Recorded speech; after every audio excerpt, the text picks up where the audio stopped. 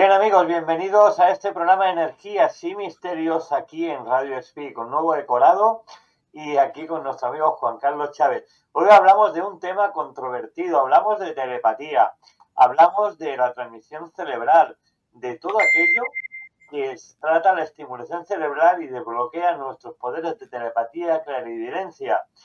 Son muchos los experimentos que se han hecho, incluso Adolf Hitler intentó dominar el tema de la telepatía y la clarividencia, pero bueno, es un tema muy largo de explicar, muy entretenido y que seguramente os va a gustar y lo vamos a explicar aquí en Energías y Misterios en Radio Espí en el 107.2 de la FM.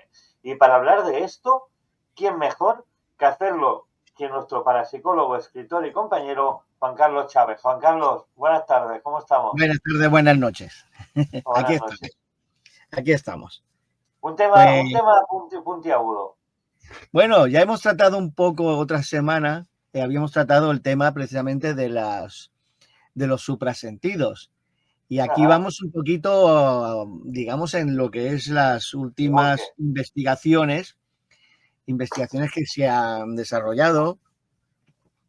Bueno, sobre todo por el profesor Morris Friedman, que es un neurólogo, y que, bueno, a raíz de los trabajos de Tandy y demás profesores, pues, bueno, decidió hacer un desarrollo posterior, o sea, más profundo, quiero decir, de estas posibilidades, como habíamos explicado, ¿no? De que las posibilidades de que sea el cerebro el que tenga ciertas secciones donde ahora dormidas hay serían secciones que en realidad tienen unos suprasentidos. Y bueno, pues este señor, pues el profesor Friedman, pues cogió un equipo de investigación y entonces pues hizo un planteamiento, ¿no? Y entonces pues buscaba, por ejemplo, la posibilidad de tener o desarrollar esos suprasentidos o capacidades sí, ¿no? Y entonces, pues resulta, bueno, pues él le planteó la hipótesis de que el cerebro humano actúa como un filtro que suprime las capacidades, sí, originales, ¿no? Innatas.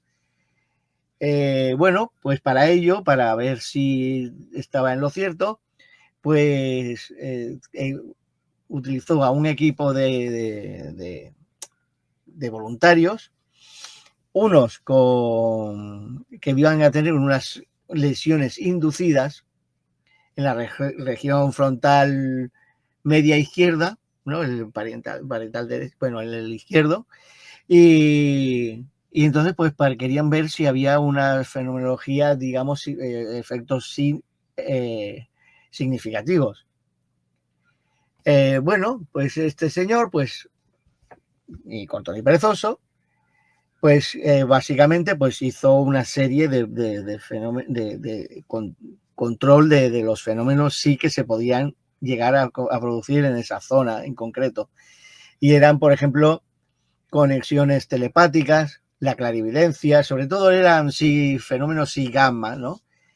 Y bueno, como decimos en la otra semana, pues todo iba en relación bueno, que desde que se descubrió que en la parte parietofrontal,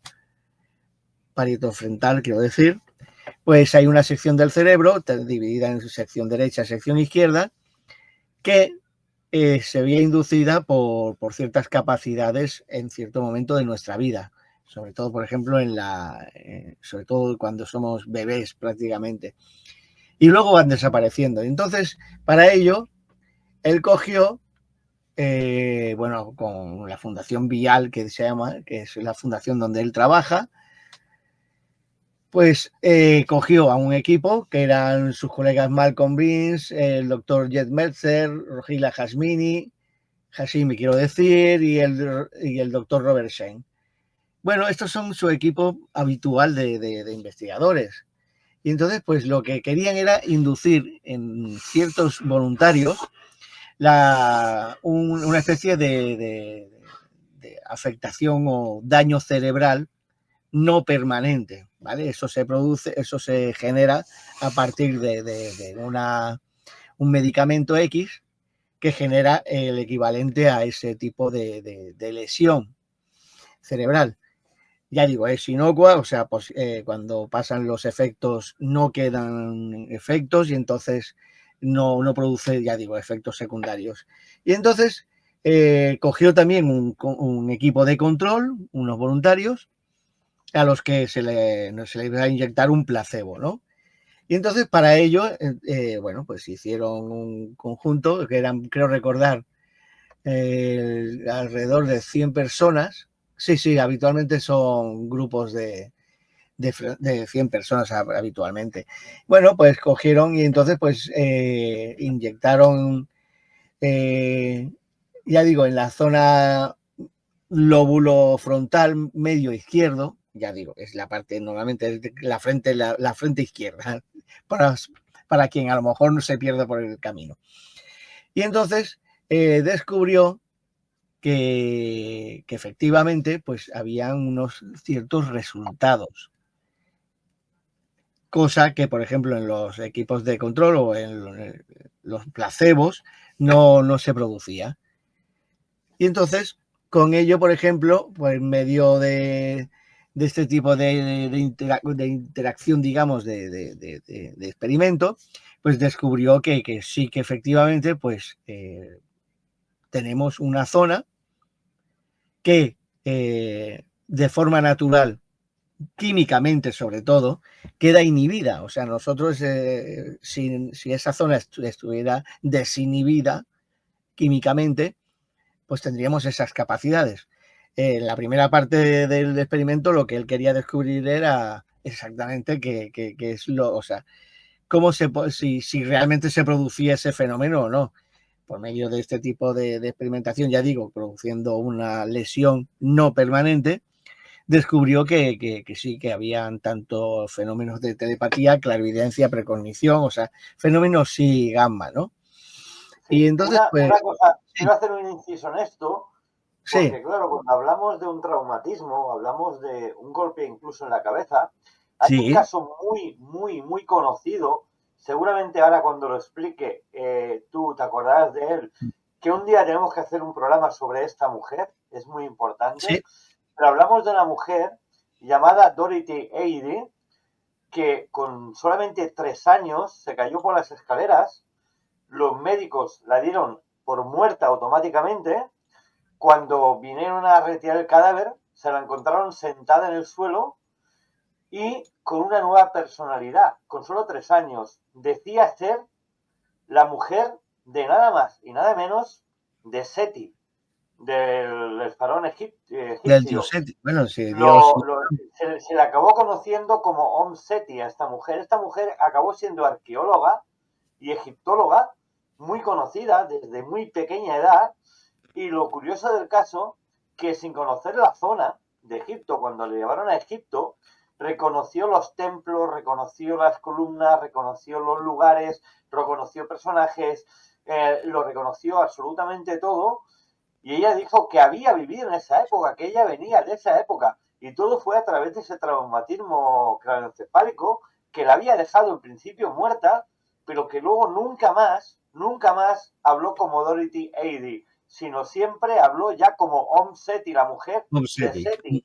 Es muy curioso este caso, que un día tenemos que hablar, sí, porque muchos arqueólogos y egiptólogos le daban total veracidad, porque incluso escribía lenguas muertas y traducía textos de egiptólogos que llevan años que no sabían lo que decía. Y ella, con un golpe de vista, traducía cualquier tipo de jeroglífico y traducía cualquier tipo de jerga egipcia, incluso lenguas muertas que no se conocían, de aquella época de Seti. Y luego se comprobó que todo lo que había traducido y todo lo que había dicho era verdad. Incluso se habló de contacto de extraterrestres, porque por las noches, a la hora de las brujas, a las 3, la hora bruja, se despertaba y se le presentaba un personaje en el cual le hacía escribir, ella escribía con una lengua egipcia antigua, sí, sin saber lo que ponía, y luego ese libro lo tuvo un egiptólogo, y todo lo que decía ese libro era la vida de ella cuando era supuestamente la Oh, mujer de sí. Seti.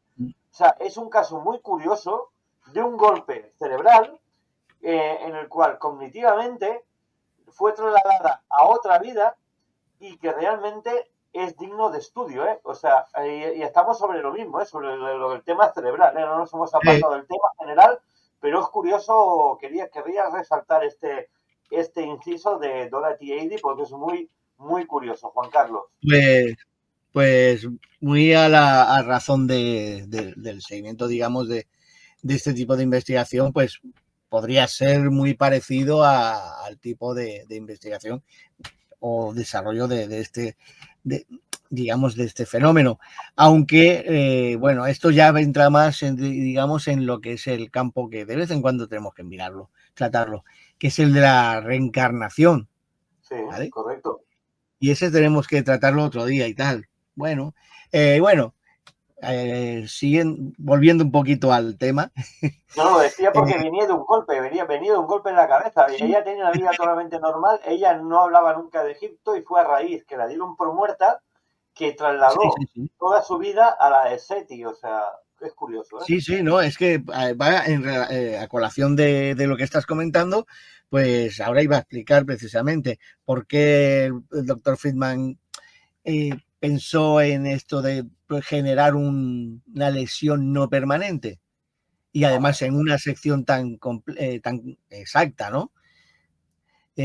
Pues más que nada por los trabajos anteriores, que ya hemos explicado en alguna ocasión, y porque estaban encontrándose y todavía se encuentran al día de hoy casos en los cuales pues personas con lesiones cráneoencefálicas, sobre todo o sea, sobre todo frontales, laterofrontales y demás, pues suelen referir posteriormente, aparte de cefaleas o malestares y tal, eh, fenómenos, por ejemplo, o algún tipo de fenómeno telequinético, o de que, pues, sobre todo clarividencia, precognición, pues, que ven imágenes y tal.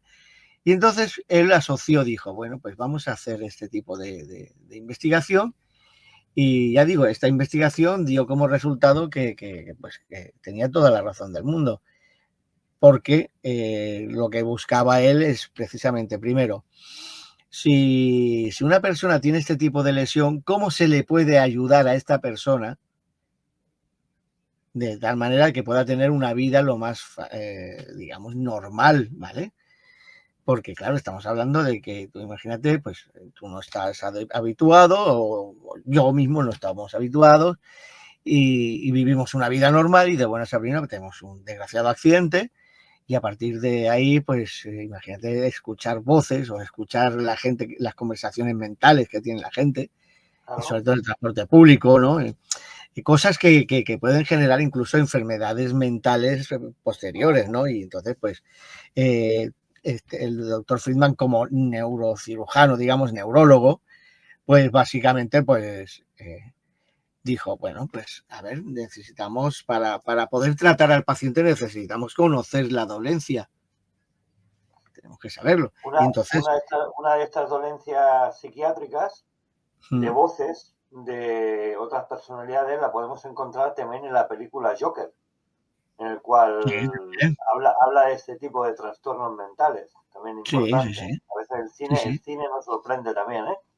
No, no, el Joker, a ver, el Joker está muy bien lograda la película en lo que se refiere al tratamiento como enfermedad mental y de cómo una sociedad, por ejemplo, pues suele tratar o no tratar al enfermo mental.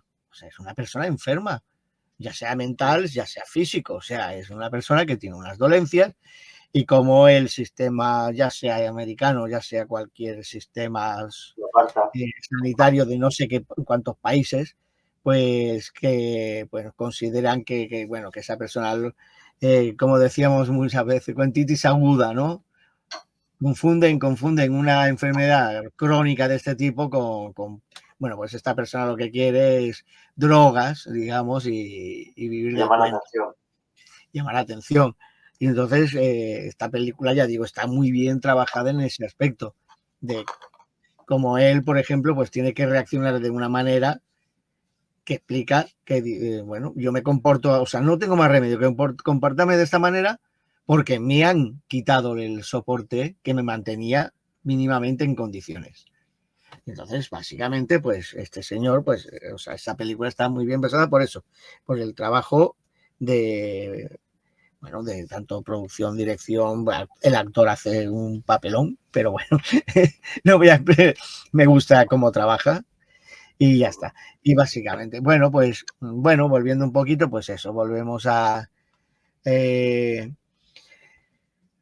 caso es que, aparte, una segunda parte, aparte, bueno, la primera parte ya estaba controlada, ya estaba demostrado que las capacidades se podían disparar en ciertos sectores, laterofrontal, por ejemplo, de izquierdo del cerebro, y se descubrió, bueno, pues una vez que se descubre que sí que se pueden generar, que puede generar incluso un malestar físico o neurológico, psíquico, pues la siguiente parte era si se podía provocar con algún tipo de medicamento, o sea, con algún tipo sí, sobre todo medicamento, química, el desarrollar estas capacidades. Y ahí ya entonces empiezas a plantearte decir, bueno, ya está rozando el límite ¿no? de la ética, ¿no? Médica, pero en realidad pues él lo explicó bastante bien en un trabajo que quiero recordar está en Nature, creo que está publicado, y entonces pues resulta que bueno, demostró que se necesitaba tener unos resultados referentes a la posible provocación de los fenómenos también para, ya digo, sobre todo para tratar los temas, los casos que ya se conocían y para tratar, por ejemplo, pues la posibilidad de demostrar que nuestro cerebro pues no es más que, no es solo lo que vemos, no solo es lo que pensamos, sino una serie de secciones que realmente pues no desconocemos totalmente su funcionamiento, pero que poco a poco se están delimitando las funciones de cada sección, ¿no? Y bueno, básicamente pues lo termino demostrando. Luego, bueno, tengo un trabajo aquí hablando, por ejemplo, bueno, aquí esta parte ya dice, bueno, esto es como Frankenstein prácticamente, ¿no? Porque estás viendo cómo es por medio de unas inyecciones, pero también por medio de prácticamente como electroshock, ¿no? Porque son unas en campos magnéticos, campos eléctricos de muy baja energía, pero con una, o sea, imagínate, estimulación magnético-transcraneal repetitiva. O sea, qué forma de estimular, o sea, bueno, calambre tecno. Y entonces, con estos generaban eso, las lesiones reversibles, ¿no? Que generaban como una especie de bombardeo, y entonces por medio de este bombardeo pues generaban el efecto, digamos, que necesitaban descubrir, ¿no? Bueno, pues eso, mira, ves, por ejemplo, encontraron varias interacciones. Interacción mente-materia, conocida como micropsicocinesis o micro-PK, ¿vale?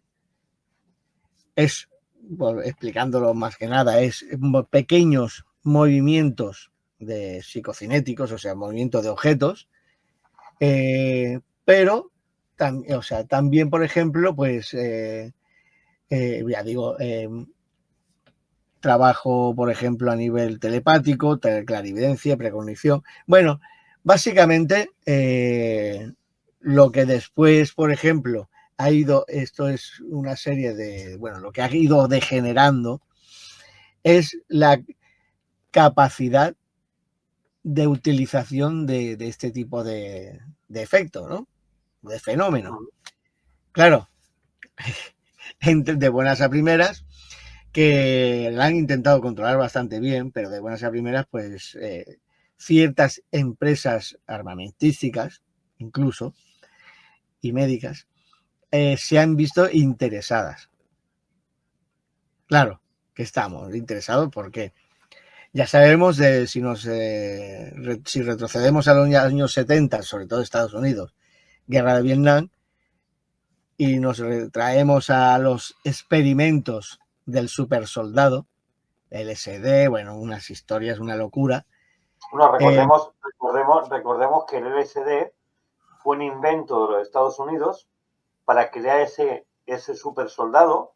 Sí. Y cuando se dieron cuenta, habían drogado a media población, habían drogado a casi todos los marines, y fue la forma que el LSD se introdujo en la sociedad civil y acabó siendo una droga de las modernas en aquella época, y que eso ha llevado a otras drogas y ha llevado a la situación que estemos, un invento de los Estados Unidos para crear un supersoldado. Esto hay que recordarlo siempre. Sí, no, recordemos eso, drogas de diseño, ¿no? Que dices, bueno, pues básicamente estos todos son las empresas tanto armamentísticas, militares y farmacéuticas derivadas hacia a lo militar. Entonces, claro, recordando lo de los temas de los años 70, pues básicamente, aunque dicen que muchos proyectos se cerraron hace años y tal, no se han cerrado. Simplemente se dijo que se cerraron, se han desviado los medios hacia otro lado y siguen trabajando. Y entonces, pues, básicamente, lo que se buscaba o se interesaron ciertas empresas fue precisamente en el desarrollo de este tipo de fenomenología, ¿no?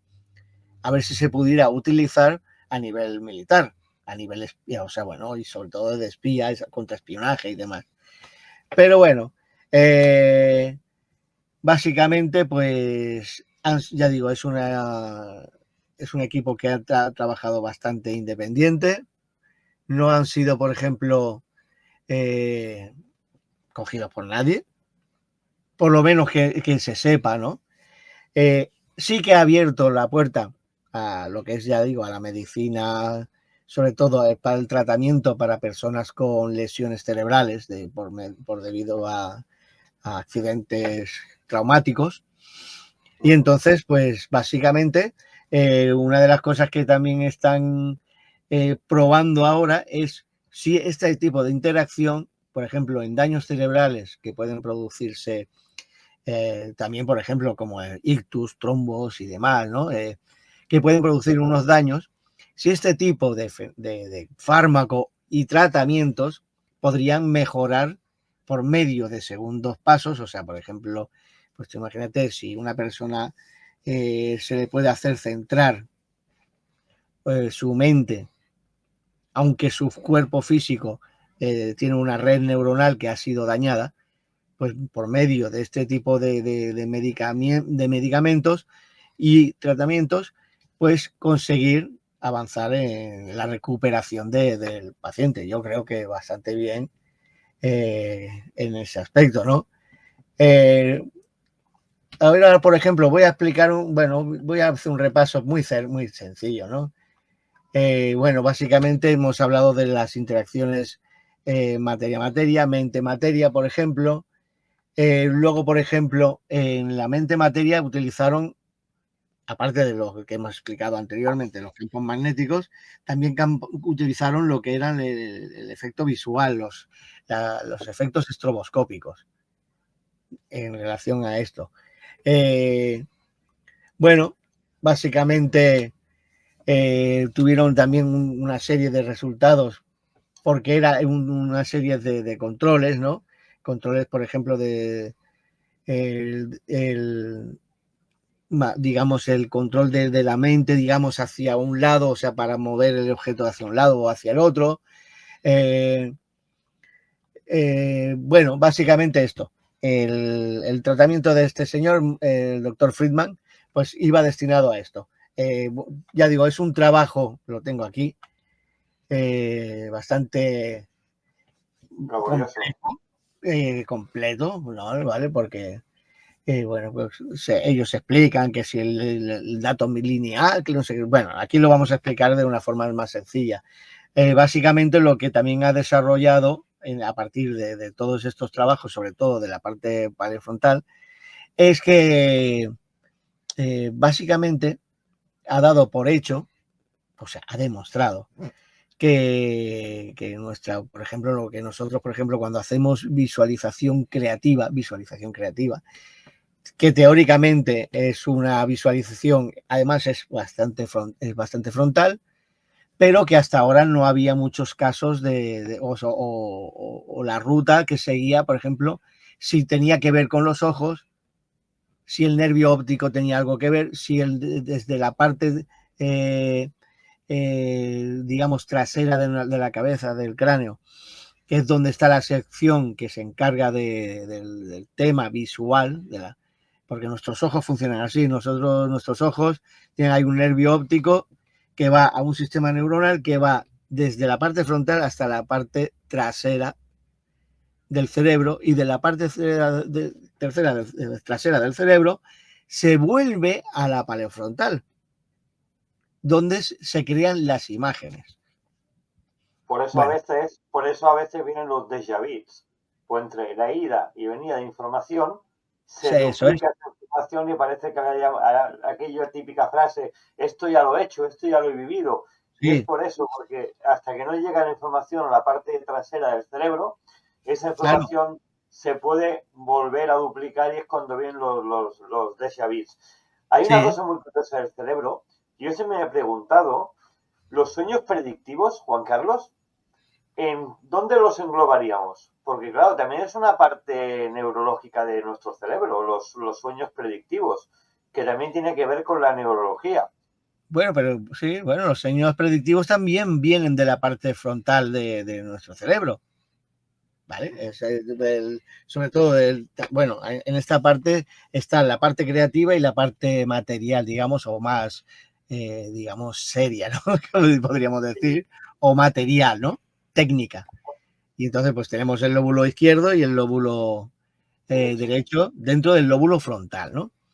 Y lo que es todo esto que tiene que ver con los sueños creativos, todos estos estados, digamos, pasan por ahí. Precisamente cuando hablamos de la visión o de la visión creativa, ¿no? La visualización creativa, pues es simplemente jugar con ese estado que ya durante el sueño ya se está generando de forma natural. De forma natural, claro, tendremos que saber que en realidad el cerebro, cuando soñamos algo, de lo que hemos soñado a lo que quiere explicar hay un trecho grande, es simbólico, o sea, todo tiene su simbolismo, y es como, por ejemplo, si tú te pones a ver una película pero en código hexadecimal en lugar de verla en imágenes. Claro, cualquiera que te mire dirá, ¿qué estás haciendo? No, es que estoy viendo esta película, es interesantísima. Pero si solo ves códigos de hexadecimales. Ya, pero esa es la película. Y él la está interpretando de esa manera. Pues ocurre lo mismo con la parte, el lóbulo frontal a la hora de los sueños. Cuando hacemos visualización creativa, claro, muchas veces podemos confundir cuando estamos en un espacio de trabajo cosas que estamos viendo con momentos en los que podamos quedarnos en semisueño y podemos estar viendo cosas que en realidad ni siquiera significan eso. O sea, realmente habría que investigarlo. Lo que ni siquiera existen. Lo que no existen, ¿vale? Entonces, básicamente, muchas veces cometemos esos errores. Pero básicamente, pues eso, la visualización creativa es una parte esencial, digamos, del presueño, ¿no? O sea, es como una programación. Y dice, mira, todos estos datos. Lo interesante es que para todo el mundo son los mismos datos.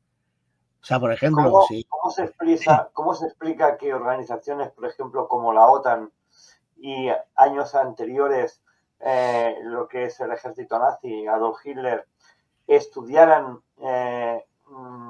científicamente el tema de la telepatía o de la telequinesis o la movida de objetos y no consiguieron absolutamente nada, no han conseguido nunca conseguir que dos personas se comunicaran a través de la mente en dos puntos diferentes? Y en cambio, dos personas nacidos en la misma bolsa materna, o sea, gemelos o mellizos, tengan esa clarividencia y esa telepatía mutua, que sepan uno cuando uno está enfermo y el otro no, cuando a uno le pasa una cosa, al otro no, o cuando uno tiene un accidente, o por ejemplo a uno le duele la barriga y el otro se echa la mano a la panza, ¿no? Esa telepatía entre hermanos que científicamente la ciencia no ha podido averiguar ni transformar en realidad para usarlo a nivel armamentístico, porque recordemos que tanto la OTAN como Adolf Hitler querían crear soldados y atacar a través de la telepatía objetivos militares. Entonces, claro, ¿cómo puede ser que a nivel de la ciencia no se haya conseguido, incluso ni con el casco de Dios se haya conseguido descifrar esa parte del cerebro, y en cambio gente normal y corriente que son hermanos puedan tener esa clarividencia y esa telepatía mutua? ¿Cómo se explica eso, Juan Carlos? ¿Cómo se explica? Mira, y para eso vuelvo, como muchas veces vuelvo, al desaparecido Jacobo Grinberg, el psicólogo mexicano que desapareció en el año 94. Yo supongo que, y mucha gente cree que se lo cargaron por sus investigaciones y la importancia de sus investigaciones. Y precisamente cuando desaparece estaba haciendo un experimento en relación a la telepatía a distancia entre elementos que no fueran univitelinos, o sea, gemelos, utilizando, por ejemplo, lo que él consideraba que era una lattice. Tú imagínate como es 2 ordenadores, uno en cada lado del planeta, que estén conectados a una misma red planetaria, que es la nube, la famosa nube. Y entonces resulta que gracias a esa nube, instantáneamente podemos contactar, y además hoy en día con la fibra óptica, más rápido todavía, prácticamente al instante podemos contactar y decir en un lado, hola, ¿cómo estás? Oye, yo estoy bien. O sea, la contestación de un lado y de otro es prácticamente instantánea. ¿Y qué conexión? O sea, la conexión realmente que existe entre las dos conexiones, interacciones quiero decir, es precisamente la nube. Jacobo Grinberg, aunque no existía la nube en aquel entonces, él consideraba que a nivel universal pues había esa nube.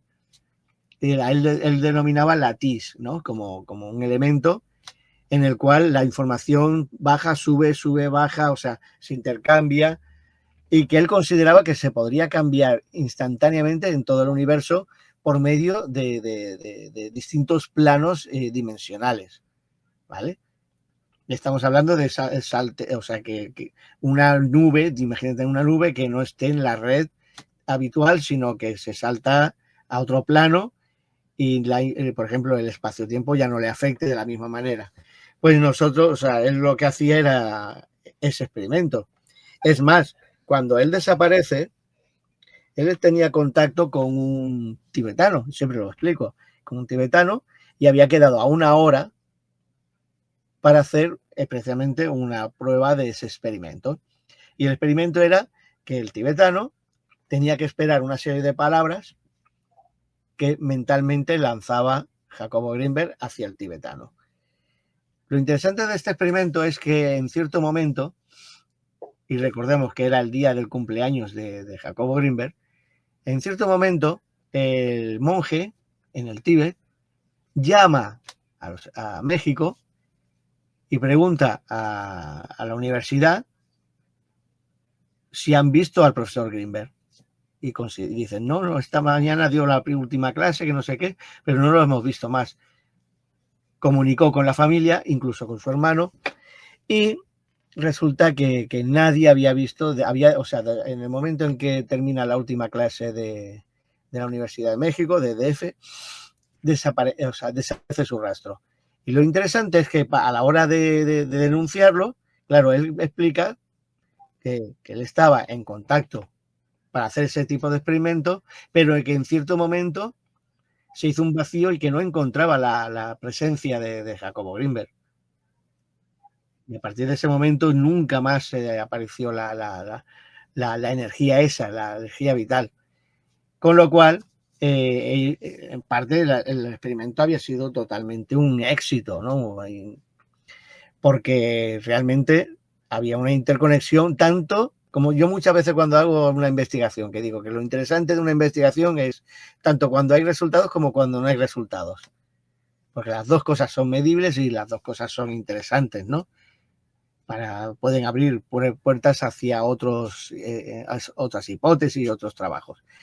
Bueno, pues básicamente, pues la explicación de lo que tienen este tipo de univitelinos es lo que explicaba Jacobo Greenberg, que es como si tuvieran una conexión directa a nivel energético. Digamos que su frecuencia es tan exacta que es que tienen conexión como si fuera conexión directa. Y claro, es una conexión directa por medio de la lattice esta, que como explicaba antes, como el tiempo y el espacio no le afecta de la misma manera, pues claro, cuando uno está en Inglaterra, el de Nueva York, por ejemplo, te imagínate, o en Los Ángeles, va a coger una sartén, ¡ay! Se quema. Y automáticamente resulta que se quema el de Londres, que incluso se nota la rojez que se le forma. Avisar a su hermano, oye, ¿qué te ha pasado algo? Oye, acabo de quemarme con puñetas con la sartén. Pues de esta forma funciona. Y bueno, y en el trabajo de Friedman lo que querían buscar precisamente era la posible interconexión o trabajos posteriores por medio de la visualización creativa, ¿vale? Para interconectar y poder activar estos fenómenos, por ejemplo, pues si gamma, estamos hablando de telepatía, clarividencia, precognición, o por ejemplo el fenómeno SICAPA, si podía producirse algún tipo de fenómeno del aspecto telequinésico, poltergeist y demás. Ya digo, los resultados son bastante interesantes. He estado mirando y ahora están en la segunda, no, miento, están en la tercera fase de investigación. Digamos que empezó el trabajo en el 2016 y entonces han ido investigando algo que resulta que, bueno, para cualquier investigador a la hora de hacer análisis, sobre todo de fenómenos anómalos, pues va muy bien. Porque al igual, por ejemplo, los trabajos de Big Tandy, por ejemplo, como Bruce Grayson, por ejemplo, el fenómeno Grayson, hoy en día, por ejemplo, pues todo eso hace bastante fácil, o mejor, el análisis y la eliminación de posibles fenómenos paranormales o de fantasmitos, ¿no? Como decimos muchas veces. ¿No? Es interesante, la verdad, porque ya digo, son como pequeños pasitos, pero que a la hora de cuando haces una investigación ayudan, ¿no? O sea, mira, el otro día estaba hablando con un compañero y estaba recordando un caso, o sea, un caso típico de los años 70, ¿no? Cómo se investigaba. Bueno, primero nos pusimos la mano en la cabeza, porque claro, o sea, era todo a base de contadores Geiger, con más voluntad que otra cosa, porque no se tenía. Pero bueno, muchas veces lo hemos comentado y no me canso de comentarlo, ¿no? Lo del el serrín o la harina. La harina o el hilo de pescar o todo. De pescar, ¿no? Todos estos tipos de trabajos y tal, que es bastante interesante. Pero bueno, básicamente, claro, te das cuenta de que, bueno, estamos todavía en pañales, pero más vale tener unos pañales ya con gomitas que no se escapa el pipí, que son modernos, a los pañales de los años 70, ¿vale? O sea, que esos pequeños pasos van geniales. El profesor Friedman, por ejemplo, otro trabajo que están haciendo sobre lo de los suprasentidos, precisamente en relación a los suprasentidos, es la posibilidad de que una persona que a lo mejor lo tuvo de bebé, luego desapareció por temas a lo mejor sociales, familiares y tal, por la negación. Y entonces, pues, él lo que estudia es la posibilidad de rearmarlos, reactivarlos. Entonces estaríamos hablando bueno, pues, a lo mejor en cierta manera, por ejemplo, no es que seamos en el futuro superhombres, ¿no? O sea, con un super sentido del oído y un super sentido de la vista. No, pues lo siento, yo tengo mis gafas y mi sentido de la vista creo que no tiene suprasentido. Pero, por ejemplo, a la hora de investigar cualquier tipo de fenomenología, pues va a eliminar un montón de posibilidades erróneas de interpretación, ¿no? Porque, por ejemplo, pues mira, ya si decimos, por ejemplo, una persona, si se termina centralizando el trabajo, y tú imagínate que en el futuro cercano realizan una serie de experimentos y dan como resultado que se puede, sí que se puede reactivar a lo mejor pues el sentido bueno, pues eso, el super oído que se tiene antiguamente, ¿no? El super Mira, sentido. sobre eso hay un trabajo de un doctor alemán de las SS. Ah, sí, Era muy amigo, muy amigo, muy amigo del doctor Mengele, Muerte, sí, Joseph de Mengele. Mengele. Era muy amigo de Mengele. Lo que él hacía los experimentos más científicos que no los de Mengele, que eran Claro, atrocidades, pero él sí que cogió a diversas personas y a una le tapó los oídos, a otro le tapó la vista y los dejó así varios tiempos para ver qué pasaba. Y la sorpresa es que si tú le tapabas la vista a esa persona, desarrollaba más el olfato y el oído que una persona que veía. Y a quien le tapaba los oídos, pues lo que es el olfato y la vista también lo desarrollaban más que una sí, persona que normal, ¿no? Hacía ese tipo de experimentos que no llevan a ninguna parte, pero sí que bueno, son experimentos científicos que demuestran que la falta de un sentido nos puede hacer desarrollar o duplicar los otros otro sentidos, sentido, ¿no? ¿no? Claro, Entonces es curioso ese tipo de investigación.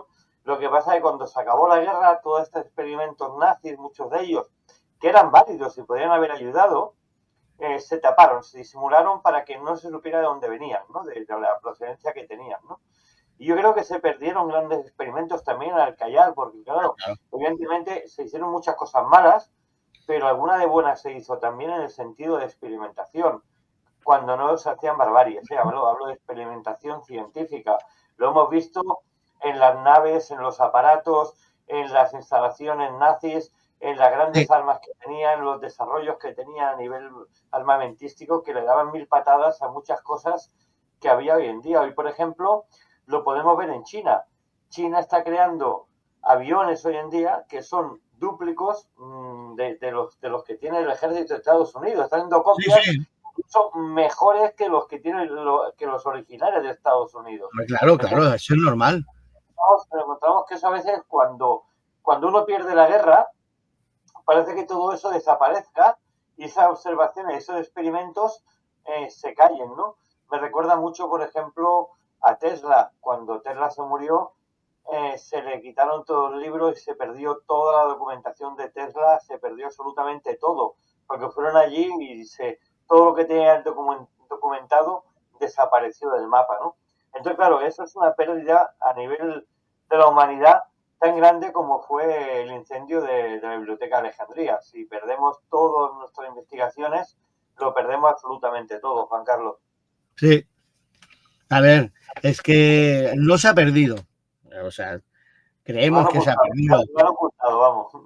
pero Estados Unidos, o sea, cuando termina la guerra, Estados Unidos y la Unión Soviética sobre todo, y los demás países cogiendo las migas, pero sobre todo la Unión Soviética y Estados Unidos, son los que se hacen valedores de esas investigaciones como propias, ¿vale?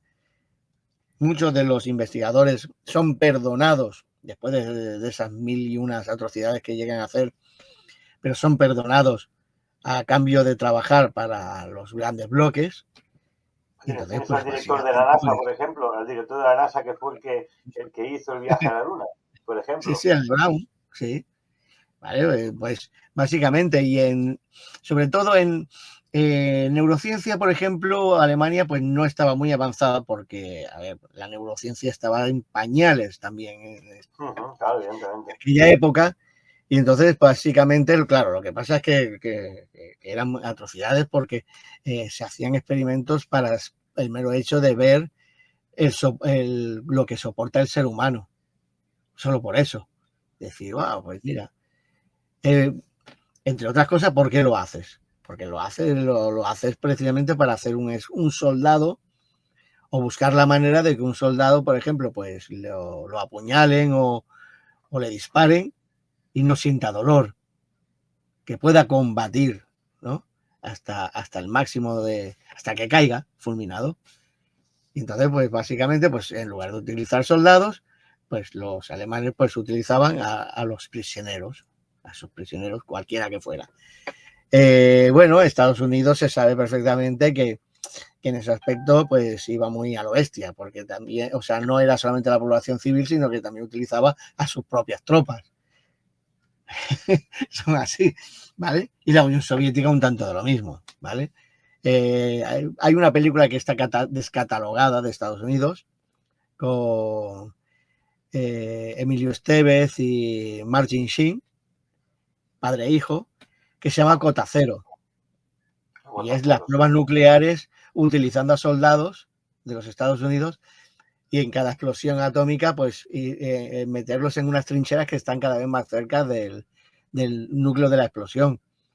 ¿Vale? Hubo un caso real que fue en las Islas Bikini, que Estados Unidos utilizó a sus propios marines diciéndole que iba a tirar armas vacías, sin carga, para ver los agujeros, los cráteres que hacían en las islas, y luego todos aquellos marines que tenían antecedentes y eran de color y todo eso, los mandó a investigar los cráteres, incluso algunos se guardaban trocitos de hierro de algún misil ahí tirado, y luego salió un reportaje en televisión española hace ya muchos años, en los años 80, que salían esos marines, incluso hubo uno que me impactó mucho, que decía, es que yo me fui allí y me guardé en el bolsillo un trozo de bomba, de aquella, de recuerdo, y cuando enfocaron al hombre, estaba en una silla de ruedas, se le habían cortado las dos piernas por la radioactividad. Claro, porque por la radiación, claro, porque era... Entonces, claro, evidentemente utilizó a sus propios marines como conejillos de indias para saber lo que hacía la radiación nuclear en los seres humanos. Utilizó a sus propios marines como conejillos de indias. Es muy grave decir esto, pero es que es la realidad. No, pero bueno, es historia. Hay un montón de proyectos, La familia feliz, o sea, un montón de historias que conocemos y otras que no conocemos en relación a todas estas pruebas, ¿no?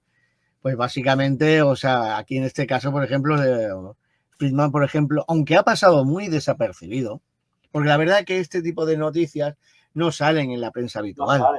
Salen en la prensa habitual porque no tiene mayor, parece que no tiene mayor repercusión, pero bueno, no tiene mayor repercusión.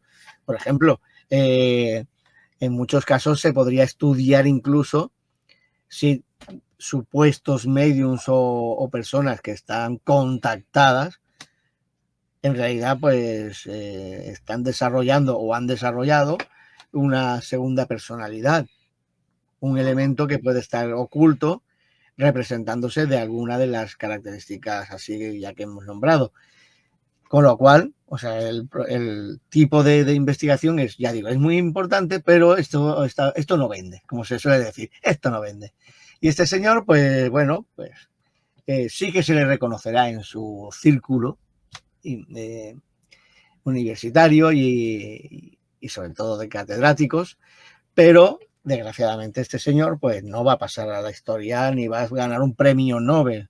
No le van a dar un premio Nobel a este señor por haber descubierto, por ejemplo, pues la importante, o sea, es esencial la importancia que tiene el haberlo descubierto por medio de ciertas investigaciones, el fenómeno de los daños cerebrales a la hora de la activación de algunos de los suprasentidos, ¿no? O sea, es increíble.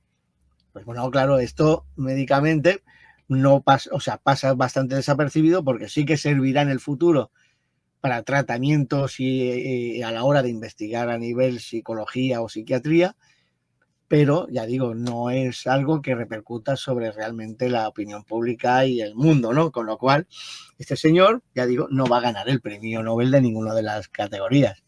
Bueno, a no ser que haga una locura, no sé qué, y bueno, pues diga, mira, pues aparte de inyectarle esto que no produce daños cerebrales permanentes, mira, para aprovechar esto, le hemos inoculado un agente fosforito, ¿no? Pues mira, ahora además resulta que veremos todo, apagaremos las luces y se le verán todas las venillas del cuerpo. ¿Cómo me recuerda esto? ¿Cómo me recuerda esto que estás contando, Juan Carlos? Es historia.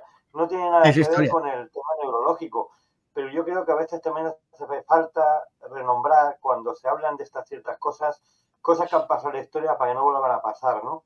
Y esto que estás contando del fosforito, me recuerda mucho a aquella típica marca de relojes que sí, introducía aquella pintura radioactiva y que las personas que trabajaban pintando esa esfera mojaban el pincel en sus labios con sí, el producto o con la radioactivo lengua.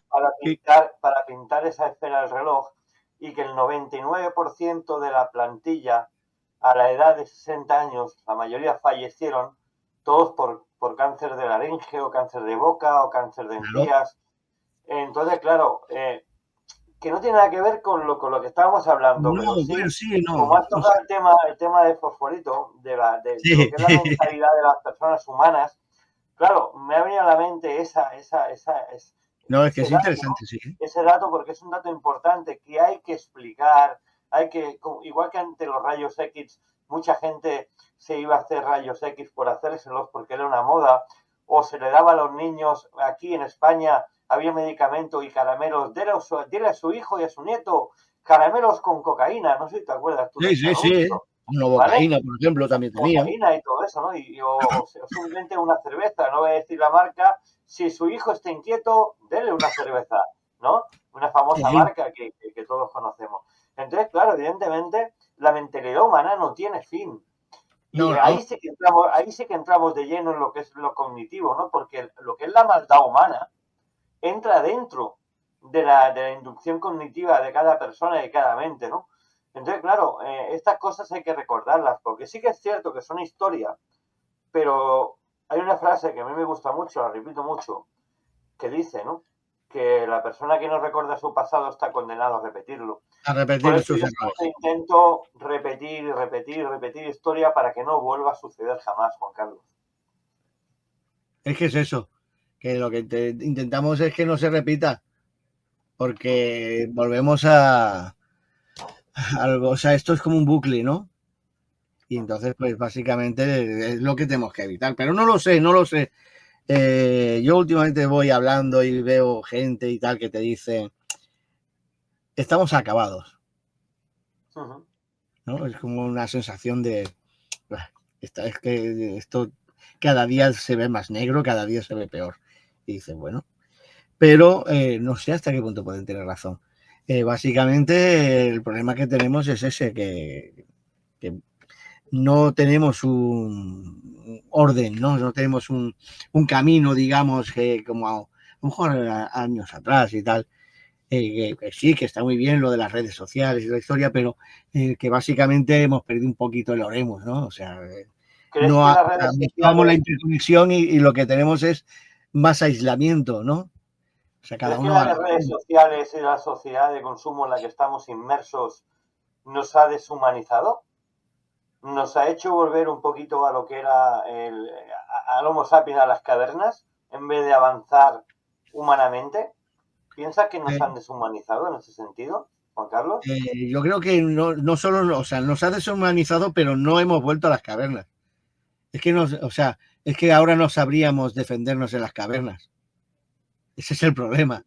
Que es que está todo tan anulado que yo creo que estamos aún peor que eso. O sea, no podemos dar un paso atrás porque es que no sabríamos defendernos o subsistir en ese paso atrás. Cognitivamente, ¿eh? Cognitivamente, hablo No, cognitivamente. es así, es así, es así. Yo cuando hablo de que volvamos a las cavernas me refiero no a volver a Sí, las cavernas literalmente, sino a tener siempre un líder en el cual nos diga lo que tenemos que hacer, cómo tenemos que hacerlo y cuando nos salgamos de ese camino ya no somos lo que la sociedad cree que tenemos que ser. A eso me refiero. Volver eso a es las el cavernas grifo me del refiero señor a, Zasca, sí. a tener la figura de un líder para saber lo que tenemos que hacer y dónde tenemos que ir. Que no somos capaces cognitivamente muchas veces de crear nuestro propio camino, sino que esperamos que un líder nos lo marque. A eso me refiero, ¿eh? Correcto, no, y estoy de acuerdo, totalmente de acuerdo. Desgraciadamente sí, es así, pero es bueno, tampoco lo vamos a cambiar ahora, hoy no vamos No, a, claro, no vamos a cambiar el esas horas no mundo. lo vamos a cambiar. Bueno, básicamente, como veo que el tiempo ya pasa, pues básicamente rebobinamos y terminamos, por ejemplo, con ese señor. Yo decía el otro día Morgan Freeman, digo, no, Morris Friedman, coño. El Morris otro es, Friedman, el otro es actor. el actor, No, sí. pero hay que reconocer, por ejemplo, eso, la validez de su trabajo, y luego la validez y la importancia, porque ya digo que en relación al trabajo, por ejemplo, con, ya digo, Grayson y demás, sobre los suprasentidos y tal, pues claro, esto abre la puerta también a que, en todo caso, por ejemplo, otros departamentos a nivel neurológico puedan detectar o terminar descubriendo cómo se podrían reactivar todos estos tipos de suprasentidos, ¿no? Que básicamente, pues ya digo, en la niñez prácticamente desaparecen. Hay un trabajo bastante interesante de hace unos años en relación a este trabajo y tal, en el cual, pues, a ver, básicamente se volvían un poco hacia lo que era el descubrimiento de todas estas capacidades, de estos campos magnéticos. Recordando, por ejemplo, otra semana habíamos hablado de uno de los descubrimientos que era el de los campos magnéticos, el cercanos, medios y lejanos del cuerpo humano que han descubierto. Lo que antiguamente, durante miles de años, ha sido el aura. Pero bueno, básicamente los científicos le han querido decir campos magnéticos cercanos, que están generados básicamente, pues se generan y se mueven por medio de sobre todo la piel, ¿no? Las células epiteliales, ¿vale? Que tienen una gran capacidad. Pues claro, a ver, todo este trabajo, pues lo que conlleva es a decir, bueno, en el futuro a lo mejor, aparte de la telepatía, clarividencia y tal, pues poder llegar a descubrir cómo funciona o cómo se puede utilizar para ciertas cosas, lo que son los campos magnéticos, lo que son algún tipo de suprasentido en relación a los campos magnéticos, ¿no?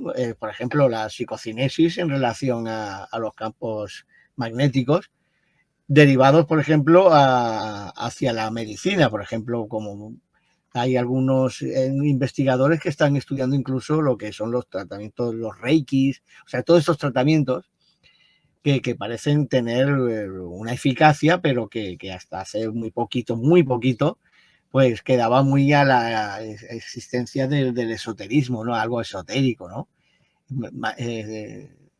Terapias alternativas, ¿no? Pero poco a poco se está demostrando y descubriendo ciertas facetas del funcionamiento de todo esto. Total, que volvemos a lo mismo, ciencia y medicina, o sea, ciencia y fe están condenadas a entenderse más tarde o más temprano, porque básicamente lo que científicamente se está estudiando, posiblemente todas las ciencias esotéricas, todas las terapias alternativas milenarias, ya lo están explicando hace miles de años. Lo único que no entienden o no han sabido explicar cuál era el funcionamiento, ¿no? Cuál era el origen, cómo funcionaba a nivel energético, poderlo demostrar. Hoy en día la ciencia pues está poco a poco pudiendo demostrar precisamente por aparatos de medición, o sea, todos estos campos magnéticos, en la capacidad que tiene un campo magnético a lo mejor de condensarse y poder generar eso, un movimiento de algún objeto. Con lo cual, ya digo, es un campo que se abre que es realmente increíble. O sea, eso ya digo que no se da cuenta la gente, a la chita callando, como suelo decir. Este señor va haciendo su trabajo, al igual que, por ejemplo, pues, mira, y para terminar, por ejemplo, y a veces lo comentamos, Alex Escolá. Alex Escolá, pues este señor catedrático, física teórica, matemático, físico, de física cuántica y tal. Y este señor pues está realizando, ya digo, y no, tampoco, posiblemente no gane un premio Nobel, pero el trabajo que está haciendo es lo que sé que lo han echado de varias universidades y ahora parece que está estable, pero sí, bueno, la verdad que se le ha criticado mucho, sí.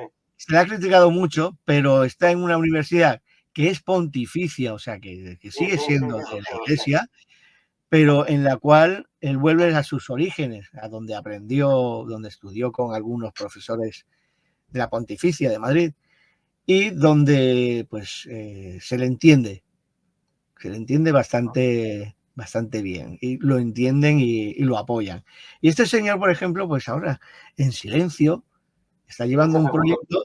El proyecto es increíble, ¿no? El de intentar descubrir la mecánica o el funcionamiento de sensitivos y mediums, o sea, algo que hasta ahora muchas veces decimos, nada, eso no existe, ¿no? Pero bueno, Bien. hasta el día de hoy.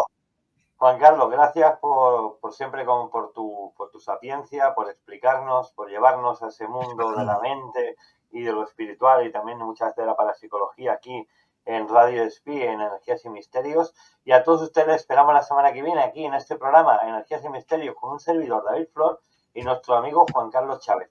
Hasta la semana que viene, amigos.